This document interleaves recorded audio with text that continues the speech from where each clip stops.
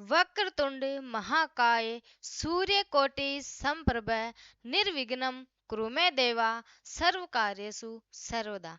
साथियों, गणेश जी के इसी श्लोक के साथ आज हम शुरुआत कर रहे हैं फिर से हमारे 10,000 प्रश्नोत्तरी की जो श्रृंखला चल रही है उसके अंदर हम बात कर रहे हैं आज फिर से 101 नंबर के प्रश्न पर हम पहुंच चुके हैं। ऐसे ही हम डेली 25-25 प्रश्नों की जो श्रृंखला है उसको कंप्लीट करते हुए हम एक दिन एक दिन जैसे बहुत जल्दी ही 10,000 प्रश्नोत्तरी को हम कंप्लीट कर लेंगे। ठीक है, तो इसी शुरुआत के अंदर आज हम बात करते हैं। अपना प्रश्न है 101 नंबर का जो प्रश्न है इसके बारे में हम चर्चा करते हैं। सबसे पहले प्रश्न आपके सामने है, निम्नलिखित में से कौन सा कवि आदिकाल से संबंधित नहीं है। प्रश्न आपके सामने, निम्नलिखित में से कौन सा कवि आदिकाल से संबंधित नहीं है। अगर हम ऑप्शन की तरफ बात करें तो आपका पहला ऑप्शन है वो है अमीर खुसरो, दूसरा ऑप्शन है हेमचंद्र, तीसरा ऑप्शन आपके सामने मदादर भट्ट और चौथा ऑप्शन आपके सामने विद्यापति। तो साथियों, आदिकाल से संबंधित कौन सा कवि नहीं है, तो आपका ऑप्शन नंबर हो जाएगा 3 नंबर ऑप्शन मदादर भट्ट, जो कि आदिकाल से संबंधित नहीं है। ठीक है, अमीर खुसरो आपके आदिकाल से संबंधित है, हेमचंद्र आपका आदिकाल से संबंधित है। इनका जो ग्रंथ है वो हेमचंद्र शब्दानुशासन इनके रचयिता थे, जो व्याकरण ग्रंथ लिखा था इन्होंने। और विद्यापति भी आपके आदिकाल से संबंधित हैं। ठीक है, अगले प्रश्न की ओर हम बात करते हैं। 102 नंबर का प्रश्न आज का अपना, सिद्धों और योगियों की रचनाओं का जीवन की स्वाभाविक अनुभूतियों और दशाओं से कोई संबंध नहीं है, अतः वे शुद्ध साहित्य के अंतर्गत नहीं आती। यह विचार किसका, यानी कि यह कथन किसका है। साथियों, एक बार फिर से प्रश्न को पढ़ो। सिद्धों और योगियों की रचनाओं का जीवन की स्वाभाविक अनुभूतियों और दशाओं से कोई संबंध नहीं है, अतः वे शुद्ध साहित्य के अंतर्गत नहीं आती। यह कथन किसका है, तो इस कथन के बारे में हम बात करते हैं। सबसे पहला ऑप्शन आपके सामने है मुनि जिन विजय, दूसरा ऑप्शन आपके सामने आचार्य रामचंद्र शुक्ल जी, तीसरे ऑप्शन के बारे में हम बात करते हैं तो आचार्य हजारी प्रसाद द्विवेदी, और चौथे प्रश्न के बारे में हम बात करें तो धीरेन्द्र वर्मा। तो साथियों, यह कथन किसका है, तो इस कथन के बारे में हम बात करें तो यह कथन आचार्य रामचंद्र शुक्ल जी का है, और यह कथन आचार्य रामचंद्र शुक्ल ने दिया था। ठीक है, क्या कहा था आचार्य रामचंद्र शुक्ल ने, सिद्धों और योगियों की रचनाओं का जीवन की स्वाभाविक अनुभूतियों और दशाओं से कोई संबंध नहीं है, अतः वे शुद्ध साहित्य के अंतर्गत नहीं आती, और उक्त कथन आचार्य रामचंद्र शुक्ल का है। ठीक है, अगले प्रश्न की ओर हम बात करते हैं। अगला प्रश्न है अपना, जो एक पंक्ति दी हुई है आपको, और ये पंक्ति किसकी है और पंक्ति क्या है। सबसे पहले पंक्ति पढ़ो, 12 बरस ले कुकर जिए और तेरे लिए जिए सिवार। पंक्ति क्या है, 12 बरस ले कुकर जिए और तेरे लिए जिए सिवार। उक्त पंक्ति किसकी है, उक्त पंक्ति किसकी है, या किस कवि की है, किस कवि की है। ठीक है, सबसे पहले हम बात करते हैं, यह पंक्ति सरप्पा की है, दूसरा ऑप्शन आपके सामने जगनिक की है, तीसरा ऑप्शन आपके सामने विद्यापति की है, या फिर आपके चौथा ऑप्शन है रैदास की है। तो साथियों, 12 बरिस ले कुकर जिए, जिए और तेरे लिए जिए सवार सिवार। ठीक है, तो यह उक्त पंक्ति है, ये किसकी है, तो ये जगनिक की है। किसकी है साथियों, जगनिक की। जगनिक ने यह पंक्ति दी थी कि 12 बरिस ले कुकर जिए, जिए और तेरे लिए जिए सवार। 12 बरिस ले कुकर जिए और तेरे लिए जिए सिवार। ठीक है, अगले प्रश्न की ओर हम बात करते हैं। चौथा प्रश्न आपका, जो अगला प्रश्न आज का वो है चौथा, और वो है, बड़ कौशल तुअ राधे किनल कन्हाई लोचन आदे। उक्त पंक्ति किस कवि की है, उक्त पंक्ति किस कवि की है, उक्त पंक्ति किस कवि की है। अगर इस पंक्ति के बारे में हम बात करते हैं, बड़ कौशल तुअ राधे किनल कन्हाई लोचन आदे, तो यह पंक्ति, पहला ऑप्शन आपके सामने सरप्पा, दूसरा है जगनिक, और तीसरे ऑप्शन के बारे में हम बात करते हैं विद्यापति, और चौथा ऑप्शन आपके सामने रैदास। तो साथियों, इस पंक्ति के बारे में हम बात करें तो यह पंक्ति आपके विद्यापति की है। किसकी है, विद्यापति की। और इन्होंने क्या पंक्ति लिखी थी, इनकी पंक्ति है, बड़ कौशल तुअ राधे किनल कन्हाई लोचन आदे। ठीक है, तो यह पंक्ति किसकी हो गई, विद्यापति की। तो ऑप्शन नंबर आपका 3 इज द करेक्ट आंसर। ठीक है, अगले प्रश्न की ओर बात करते हैं हम। 105 नंबर का ऑप्शन है, जो आपके कथन से हैं, कथन से संबंधित है कि कौन सा कथन सही है और कौन सा गलत है। हम सबसे पहले प्रश्न के बारे में बात करते हैं। सिद्धों से संबंधित जो आचार्य रामचंद्र शुक्ल जी हैं, इन्होंने कौन सा कथन सही दिया है और कौन सा कथन गलत दिया है। यानी कि सिद्धों से संबंधित आचार्य रामचंद्र शुक्ल के कथन सही है। अगर हम पहले जो ऑप्शन है, पहला कथन, उसकी तरफ बात करें तो वज्रयान में आकर महासुखवाद का परिवर्तन हुआ। आचार्य रामचंद्र शुक्ल जी कहते हैं कि वज्रयान में आकर महासुखवाद का परिवर्तन हुआ। तो क्या महासुखवाद का परिवर्तन हुआ था वज्रयान में आकर? तो हाँ साथियों, ये हुआ था। वज्रयान में आकर ही महासुखवाद का परिवर्तन हुआ था। सॉरी। अगला ऑप्शन, दूसरा जो ऑप्शन है उसकी तरफ हम बात करते हैं। नाथ पंथ सिद्धों की परंपरा से नहीं निकला मानते हैं। साथियों, जो नाथ पंथ अपना वो सिद्धों की परंपरा से ही निकला मानते हैं। नहीं नहीं, यहाँ पे ही निकला मानते हैं, तो ये ऑप्शन आपका गलत हो जाएगा। तीसरे ऑप्शन की तरफ हम बात करते हैं। तीसरा ऑप्शन क्या है? सिद्धों का साहित्य शुद्ध साहित्य के अंतर्गत नहीं आता है। क्या सिद्धों का जो साहित्य है वो शुद्ध साहित्य के अंतर्गत नहीं आता है? तो साथियों बिल्कुल सही जो ऑप्शन है वो बिल्कुल सही है। जो सिद्धों का साहित्य है वो शुद्ध साहित्य के अंतर्गत नहीं आता है। और चौथा ऑप्शन आपके सामने, सिद्धों की वाणियां सांकेतिक नहीं है। सिद्धों की वाणियां सांकेतिक हैं, ये ऑप्शन आपका गलत हो जाएगा। सिद्धों की वाणियां सांकेतिक हैं साथियों, ठीक है। तो अगर हम ऑप्शन की तरफ बात करते हैं तो पहला ऑप्शन आपके सामने 1 और 3, दूसरा ऑप्शन आपका दूसरा और तीसरा, और तीसरा ऑप्शन आपके सामने पहला और दूसरा, और चौथा ऑप्शन आपके सामने तीसरा और चौथा। अगर हम सही उत्तर की बात करें तो अपने को चाहिए पहला और तीसरा, और पहला और तीसरा आपके पहले ऑप्शन में ही है। तो साथियों आपका पहला ऑप्शन बिल्कुल सही उत्तर हो जाएगा। वज्रयान में आकर महासुखवाद का परिवर्तन हुआ था और सिद्धों का साहित्य शुद्ध साहित्य के अंतर्गत नहीं आता है, ठीक है। अगले प्रश्न की ओर हम बात करते हैं। रचना काल की दृष्टि से निम्नलिखित कृतियों का सही अनुक्रम है। रचना काल की दृष्टि से निम्नलिखित कृतियों का सही अनुक्रम है। सबसे पहले हम बात करते हैं कोवल्य माला का। तो कोवल्य माला का जो समय है वो कितना माना जाता है? तो 9वीं सदी, ठीक है। अब उसके बाद हम बात करते हैं राहुल वेल। तो इसका समय माना जाता है आपके 10वीं सदी। तीसरे ऑप्शन के बारे में हम बात करते हैं उक्ति व्यक्ति प्रकरण। तो इसका आपके 12वीं सदी माना जाता है। और आपके जो वर्ण रत्नाकर है इसका समय आपके 14वीं सदी माना जाता है, ठीक है। अब हम अगले ऑप्शन की तरफ बात करते हैं। तो राहुल वेल आपके 10वीं सदी हो गया, उक्ति व्यक्ति प्रकरण आपके 12वीं सदी हो गया, तो और जो वर्ण रत्नाकर है 14वीं सदी हो गया। तो साथियों आपका पहला ऑप्शन ही सही हो जाएगा। सबसे पहले आपका जो कृतियों का सही अनुक्रम है वो कोयले मल्ला, उसके बाद राहुल वेल जो कि 10वीं सदी, उक्ति व्यक्ति प्रकरण जो कि 12वीं सदी, और वर्ण रत्नाकर आपके 14वीं सदी माना जाता है, ठीक है। तो आपका पहला ऑप्शन बिल्कुल सही हो जाएगा। बाकी आपके राहुल वेल वो 10वीं सदी जो कि आपके कोले मल्ला के जस्ट बाद में है, और आपके उक्ति व्यक्ति प्रकरण है वो इन दोनों के बाद में है, क्योंकि इसका जो समय है वो 9वीं सदी है और इसका 10वीं सदी है। उक्ति व्यक्ति प्रकरण का 12वीं सदी है। और वर्ण रत्नाकर जो सबसे अंतिम है ये 14वीं सदी है, इसका समय माना जाता है। तो आपका पहला ऑप्शन बिल्कुल सही हो जाएगा। कोयले माला का समय कितना? तो 9वीं सदी, राहुल वेल का 10वीं सदी, उक्ति व्यक्ति प्रकरण का 12वीं सदी, और वर्ण रत्नाकर का 14वीं सदी। साथ ही ऐसे क्वेश्चन बहुत पूछे जाते हैं मोस्ट है आपके लिए। ऐसे मान लो ये क्वेश्चन बहुत मोस्ट है आपके लिए, ठीक है। तो ऐसे प्रश्न पे आपको ज्यादा गौर करना है। अगले प्रश्न की ओर हम बात करते हैं। 107 नंबर का प्रश्न आपका, काल के अनुसार निम्नलिखित कृतियों का सही अनुक्रम क्या है? काल के अनुसार निम्नलिखित कृतियों का सही अनुक्रम क्या है? सबसे पहले हम काल के अनुसार बात करें तो जो आपके खुमान रसो हैं इसका समय कितना? तो इसका समय हम बात करें तो 9वीं सदी, ठीक है। खुमान रसो का समय कितना है? तो 9वीं सदी। इसके बाद आगे हम बात करते हैं बीसल देवरासो। बीसल देवरासो की हम बात करते हैं तो इसका समय आपके 12वीं सदी हो जाएगा। पहुम चरियू इसका सदै बात जिसका समय वो बात करें हम तो 8वीं सदी इसकी हो जाएगी। और सबसे पहले उसके बाद आपके चंदन बाला रास का आपके 13वीं सदी हो जाएगी, ठीक है। अब हम बात करते हैं सबसे पहले 8वीं सदी पहुम चरियू की। फिर उसके बाद आपके ऑप्शन नंबर 9वीं, 9वीं सदी यानी खुमान रासो। तो आपके ये हो जाएगी 9वीं सदी खुमान रासो। फिर उसके बाद आपके बीसल देवरासो 12वीं सदी आएगी। तो बीसल देवरासो तीनों में आपके इसमें है, तो ये बीसल देवरासो 12वीं सदी। और अंत में हम बात करते हैं चंदनबाला रास जो कि 13वीं सदी, ठीक है। तो आपका सी ऑप्शन जो आपका थर्ड नंबर का ऑप्शन है वो बिल्कुल सही हो जाएगा। क्योंकि साथियों जो खुमान रासो है उसकी 9वीं सदी है, उससे पहले आपके पविम चरियू। तो आपका जो पहला ऑप्शन है ये पविम चरियू 8वीं सदी।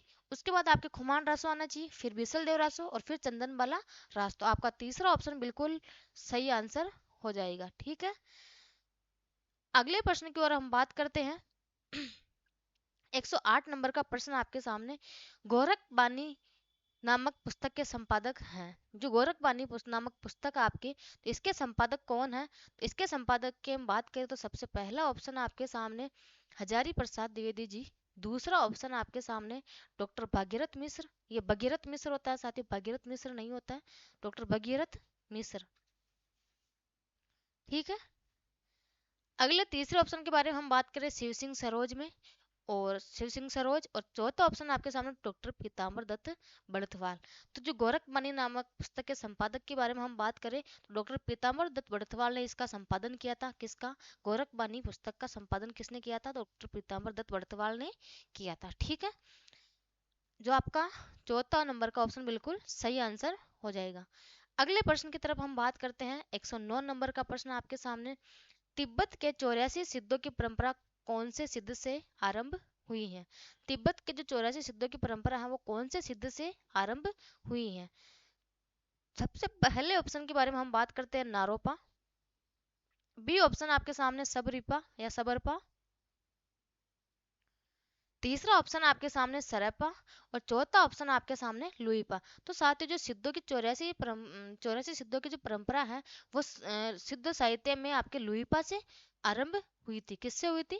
लुईपा से। ठीक है। तो आपका डी नंबर का ऑप्शन बिल्कुल सही उत्तर हो जाएगा। अगले प्रश्न की ओर हम बात करते हैं साथियों।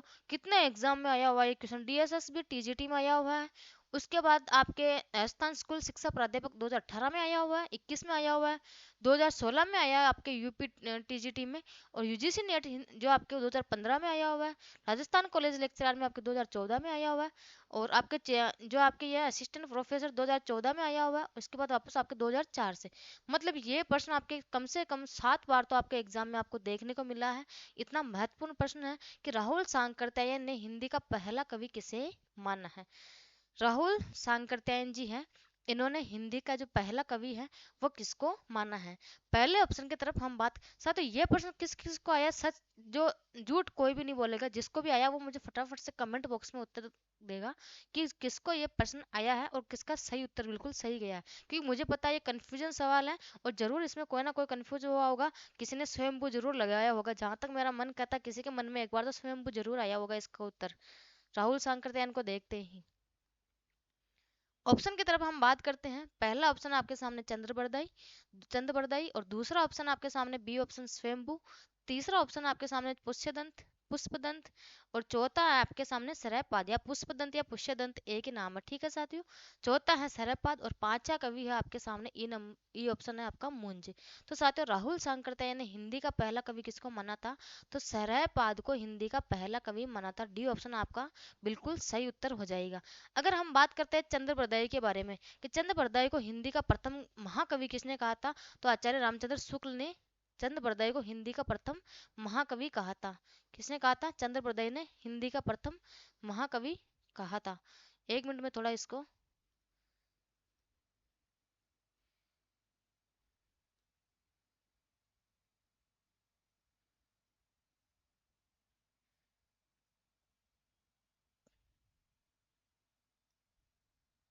ताकि थोड़ा आपके यहाँ लिख पाऊँ मैं, थोड़ा लिखने में आपको कोई प्रॉब्लम नहीं हो थोड़ा।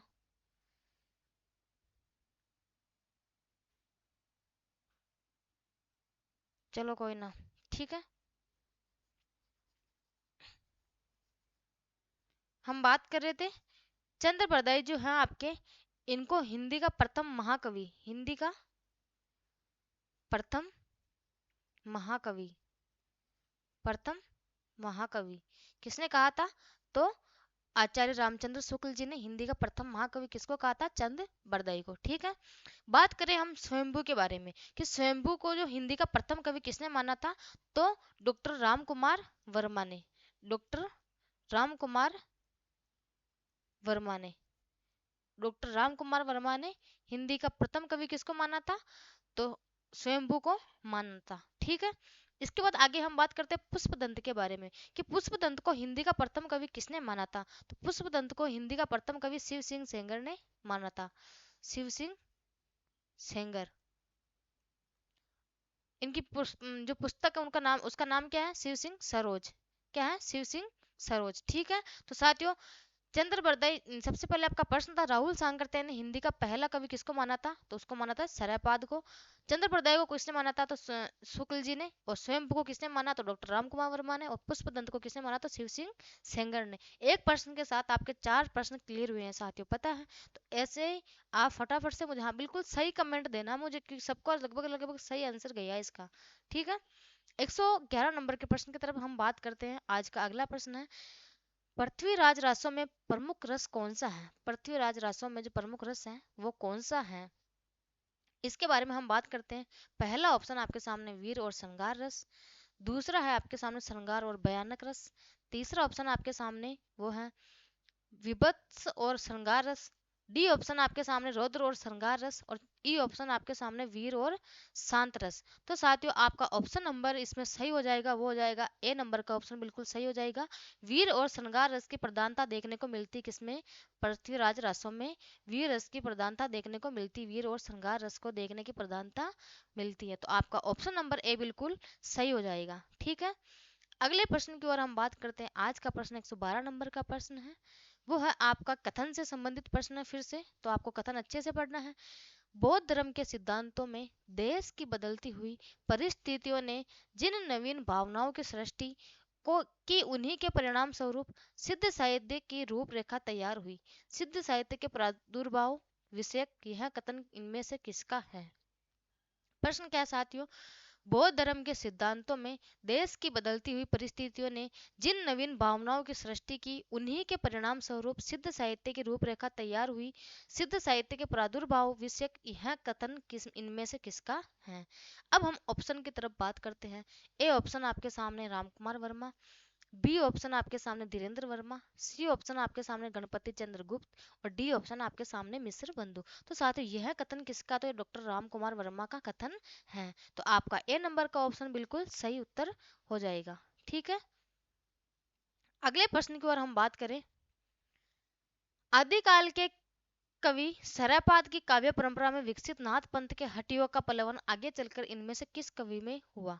आपका जो प्रश्न है कि आदिकाल के कवि शरयपाद है कि काव्य परंपरा में विकसित नाथ पंथ के हठयोग का पल्लवन आगे चलकर इनमें से किस कवि में हुआ था। तो सबसे पहले नंबर के ऑप्शन के बारे में हम बात करें तो जायसी, दूसरे नंबर का ऑप्शन आपका तुलसी, और तीसरे नंबर के ऑप्शन के बारे में हम बात करें तो कबीर, और चौथा नंबर का ऑप्शन आपके वो है देवसेन। तो साथियों इस जो ये प्रश्न है इसका सही उत्तर हो जाएगा आपके कबीर, कि आगे चलकर ये सब जो पल्लवन है ये सब किसमें विकसित होती हैं, तो आपके कबीर में देखने को मिलता है, ठीक है। तो आपका सी नंबर बिल्कुल ऑप्शन आंसर सही हो जाएगा। अगले प्रश्न की ओर हम बात करते हैं। जहां शब्द और अर्थ, विचार और भाव का परंपरा अनुकूलता के साथ सहभाव हो वही साहित्य है। यह कथन किसका है साथियों, ये मोस्ट है कथन भी। यह कथन किसका है कि जहां शब्द और अर्थ, विचार और भाव का परंपरा अनुकूलता के साथ सहभाव हो वही साहित्य है। तो यह कथन किसका है। हम सबसे पहले ऑप्शन के बारे में बात करते हैं, बाल कृष्ण भट्ट। ख ऑप्शन के बारे में हम बात करते हैं प्रेमचंद, और ग ऑप्शन के बारे में हम बात करते हैं गुलाब राय, और इसके बाद में ग ऑप्शन आपका यानी डी ऑप्शन है आपका डॉक्टर नगेंद्र। तो साथियों यह कथन किसका है, तो ये गुलाब राय का है। किसका, बाबू गुलाब राय का। आपका 6 नंबर का ऑप्शन यानी ग नंबर का ऑप्शन वो बिल्कुल सही आंसर है। इन्होंने क्या कहा था कि जहां शब्द और अर्थ, विचार और भाव का परंपरा अनुकूलता के साथ स्वभाव हो वही साहित्य है, ठीक है। तो ये कथन किसका है, तो बाबू गुलाब राय का कथन है, ठीक है। तो आपका सी नंबर बिल्कुल जो ऑप्शन है वो बिल्कुल सही हो जाएगा। अगले प्रश्न की ओर हम बात करते हैं। 115 नंबर का प्रश्न अपना, निम्नलिखित में से किस रचना में इंद्रिय एवं सांसारिक सुखों की निंदा करते हुए त्याग और आत्मज्ञान को महत्व दिया गया है। निम्नलिखित में से किस रचना में इंद्रिय एवं सांसारिक सुखों की निंदा करते हुए त्याग और आत्मज्ञान को महत्व दिया गया। त्याग और आत्मज्ञान को महत्व किसमें दिया गया है, तो साथियों सबसे पहले ऑप्शन आपका उसकी तरफ बात करते हैं शब्दानुशासन में, दूसरा आपके खालिक बारी में, तीसरे ऑप्शन के बारे में हम बात करते हैं योगसार में, और चौथा ऑप्शन आपके सामने पाहुड़ दोहा। किसकी है, पाहुड़ दोहा। तो साथियों हम बात करते हैं इसका जो सही उत्तर हो जाएगा वो हो जाएगा आपके पाहुड़ दोहा में यह आत्मज्ञान का महत्व दिया गया। त्याग और आत्मज्ञान का महत्व आपके पाहुड़ दोहा में दिया गया था, ठीक है। तो आपका ग ऑप्शन यानी कि डी ऑप्शन बिल्कुल सही हो जाएगा। अगले प्रश्न की ओर हम बात करते हैं। फिर से आपके सामने एक पंक्ति है, और यह पंक्ति है, एक नार ने अचरज किया, सांप मारी पिंजड़े में दिया। जो जो ताल सांप जो जो सांप ताल को खाए सूखे ताल सांप मर जाए। साथ ये तो बहुत ही फेमस पंक्ति है। और ये आपको जैसे आपने कहीं पे भी पढ़ा होगा ना, तो ये आपको ये देखते ही पहले आपको आ गया होगा कि यह पंक्ति किसकी है, क्योंकि अमीर खुसरो की ये पंक्ति तो बहुत ही फेमस है। तो इसका सही आंसर हो जाएगा आपके सामने अमीर खुसरो। तो आपके सरप्पा की पंक्ति नहीं है, ये विद्यापति की नहीं है। किसी को विद्यापति की लगती है लेकिन ये विद्यापति की नहीं है। आप चारों ऑप्शन को पढ़े और उसके बाद ही उत्तर दे। और लुईपा की भी नहीं है, सिर्फ किसकी है, अमीर खुसरो की। यह पंक्ति किसकी है, अमीर खुसरो की। इन्होंने कहा, एक नार ने अचरज किया, सांप मारी पिंजरे में दिया, पिंजरे में दिया। जो जो सांप ताल को खाए सूखे ताल सांप मर जाए। यह पंक्ति किसकी है, तो अमीर खुसरो की पंक्ति है। ठीक है, तो आपका डी ऑप्शन बिल्कुल सही आंसर हो जाएगा। और वेरी वेरी मोस्ट है, जो जिसको मैंने वेरी वेरी मोस्ट किया ना, देख लेना, आपको किसी ना किसी एग्जाम में देखने को जरूर मिलेगी ये पंक्ति। आप एग्जाम दो उसके बाद जरूर देखना। ठीक है, अगले प्रश्न की ओर हम बात करते हैं। लुईपा का स्थान 84 सिद्धों में सबसे ऊंचा मानने वाले इतिहासकार हैं। जो लुईपा है, लुईपा, जो आपके लुईपा है, इनका स्थान 84 सिद्धों में सबसे ऊंचा किस इतिहासकार ने माना था। पहला ऑप्शन आपके सामने रामचंद्र शुक्ल, ख ऑप्शन आपके सामने हजारी प्रसाद द्विवेदी, ग ऑप्शन आपके सामने राम कुमार वर्मा, और ग ऑप्शन यानी कि डी ऑप्शन आपके सामने डॉक्टर नगेंद्र। तो साथियों, इसके बारे में हम बात करते हैं कि लुईपा का स्थान 84 सिद्धों में सबसे ऊंचा किस इतिहासकार ने माना। तो डॉक्टर नगेंद्र ने सबसे ऊंचा माना था। किसका, लुईपा का स्थान 84 सिद्ध है, इसमें सबसे ऊंचा डॉक्टर नगेंद्र ने इनका स्थान माना था। तो आपका डी नंबर का ऑप्शन है वो बिल्कुल सही हो जाएगा। ठीक है, अगले प्रश्न की ओर बारे में हम बात करते हैं। 12 बरस लो कुकर जिए, 13 लो जिए सियार, बरस 18 लो छतरी जिए आगे जीवन को धिक्कार। किस रासो ग्रंथ की पंक्तियां हैं। ठीक है, प्रश्न क्या है, 12 बरस लो कुकर जिए, 13 लो जिए सियार, बरस 18 लो छतरी जिए आगे जीवन को धिक्कार। तो यह किस ग्रंथ की पंक्तियां हैं। तो साथियों, यह आपके पहला ऑप्शन है परमाल रासो, ख ऑप्शन है विजयपाल रासो, ग ऑप्शन आपके सामने बीसल देव रासो, और ग ऑप्शन आपके सामने खुमान रासो। तो इसके बारे में हम बात करते हैं। तो ये आपके परमाल रासो की पंक्तियां हैं। किसकी है, परमाल रासो की पंक्तियां हैं। पंक्तियां क्या है, 12 बरस लो कुकर जिए, 13 लो जिए सियार, बरस 18 लो छतरी जिए आगे जीवन को धिक्कार। तो परमाल रासो की पंक्तियां है ये आपके, जो बहुत महत्वपूर्ण है। आपको एक बार फिर से इस पंक्ति को अच्छे से देखना है और याद रखना है किसकी है, परमाल रासो से संबंधित पंक्ति है। अगले प्रश्न की ओर हम बात करते हैं। आप तब तक प्रश्न को पढ़ो।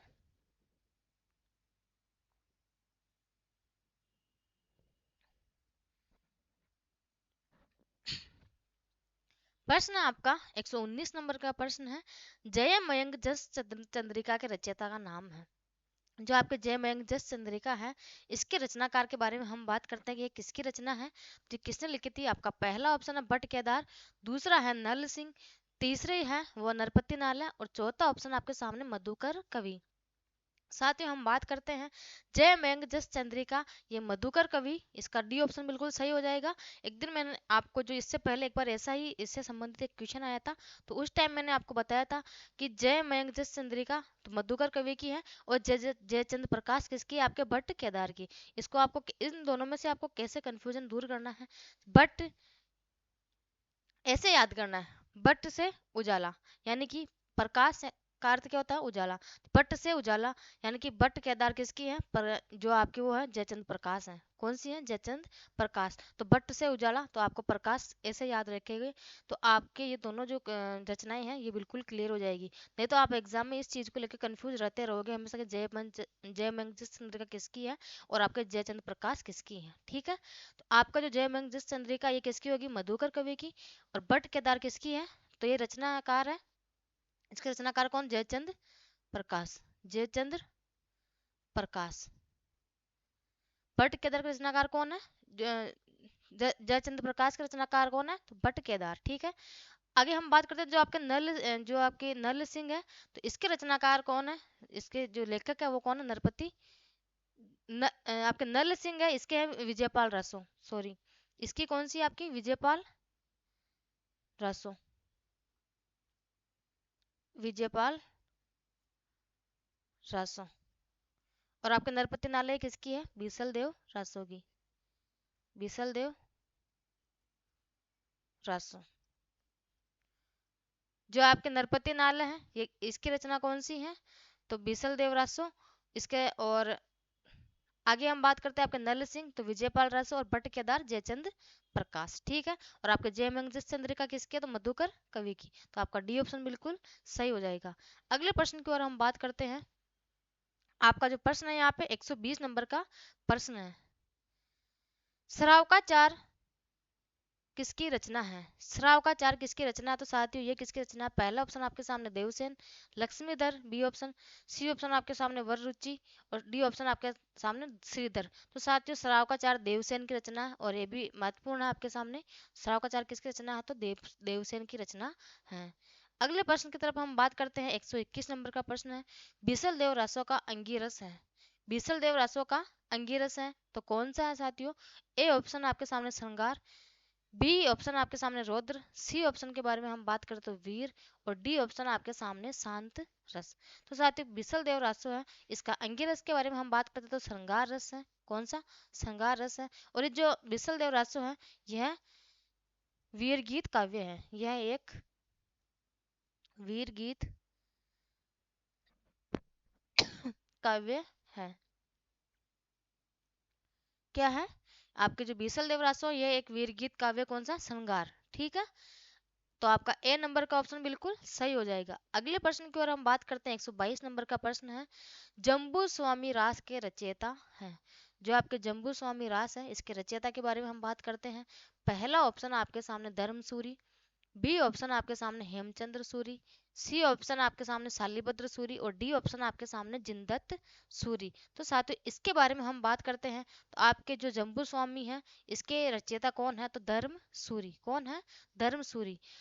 आगे हम बात करें जैसे शालिभद्र सूरी, इसके बारे में हम बात करते हैं तो इसके रचयिता तो हो गए पंच पांडव, पंच पांडव चरित। इसके रचयिता कौन है? तो शालिभद्र सूरी। जिनदत्त सूरी के बारे में हम बात करते हैं तो उपदेश रसायन रास। इसकी रचना कौन सी है? उपदेश रसायन रास, ठीक है। शालिभद्र सूरी की कौन सी है? पंच पांडव चरित। और जिनदत्त सूरी की कौन सी है? उपदेश रसायन रास। ये आपके ये भी महत्वपूर्ण है। और जम्बू स्वामी की रचयिता का कौन है? तो धर्म सूरी। कौन है? धर्म सूरी। अगले प्रश्न की ओर बात करते हैं। अपना पहला ऑप्शन इसमें ए नंबर का ऑप्शन बिल्कुल सही उत्तर हो जाएगा। अगला प्रश्न आपके 123 नंबर का प्रश्न है। वो है आपके सामने निम्नलिखित में से सिद्ध साहित्य के विषय में कौन सा कथन सही नहीं है, यानी कि सत्य कथन नहीं है। एक तो सत्य और असत्य, इसमें साथियों क्वेश्चन पढ़ते समय लापरवाही नहीं करनी है। क्वेश्चन को कम से भी कम 2 बार पढ़े। आप भले यहाँ पढ़ रहे हो चाहे आप किसी एग्जाम सेंटर हॉल में बैठे बैठे पढ़ रहे हो, प्रश्न को सबसे पहले यह गलती मत करना कभी कि प्रश्न को पढ़ने में जल्दबाजी करे और आपको यही पता नहीं लगे कि ये सत्य पूछ रहा है कि असत्य। सबसे पहले प्रश्न को पढ़ो, सत्य पूछ रहा है या असत्य, यहाँ पे टिक कर लो कि ये सत्य पूछ रहा है या असत्य। इस चीज को ध्यान में रखते हुए आगे के आपको ऑप्शन देखना है। सबसे पहले आपको यहाँ लापरवाही कभी भी नहीं करनी है। तो सिद्ध साहित्य के विषय में कौन सा कथन सत्य नहीं पूछ रहा है कि सत्य नहीं है। अब आपके सामने ए ऑप्शन है, सिद्ध साहित्य का झुकाव सहज साधना की ओर है। बी ऑप्शन आपका सिद्ध साहित्य के प्रथम कवि सरप्पा है। सी ऑप्शन के बारे में हम बात करते हैं कि सिद्ध साहित्य की रचना चर्या पदों तथा दोहों में हुई है। और डी ऑप्शन के बारे में हम बात करते हैं कि सिद्ध साहित्य का प्रणयन पिंगल भाषा में हुआ है। तो साथियों इसके ऑप्शन के बारे में हम बात करते हैं कि कौन सा कथन सत्य नहीं है। तो इसमें आपका जो असत्य कथन हो जाएगा वो हो जाएगा सिद्ध साहित्य का प्रणयन पिंगल भाषा में नहीं हुआ है। कौन सी भाषा में?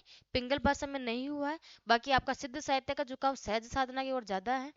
सिद्ध साहित्य के प्रथम कवि आपके सरप्पा माने जाते हैं। सिद्ध साहित्य की रचना चर्या पदों तथा दोहों में हुई है। बिल्कुल सही आपका हो जाएगा। तो डी ऑप्शन आपका बिल्कुल इसके अंदर सही उत्तर है, जो कि पिंगल भाषा में इसका प्रणयन नहीं हुआ था, ठीक है। तो डी ऑप्शन आपका बिल्कुल सही उत्तर हो जाएगा।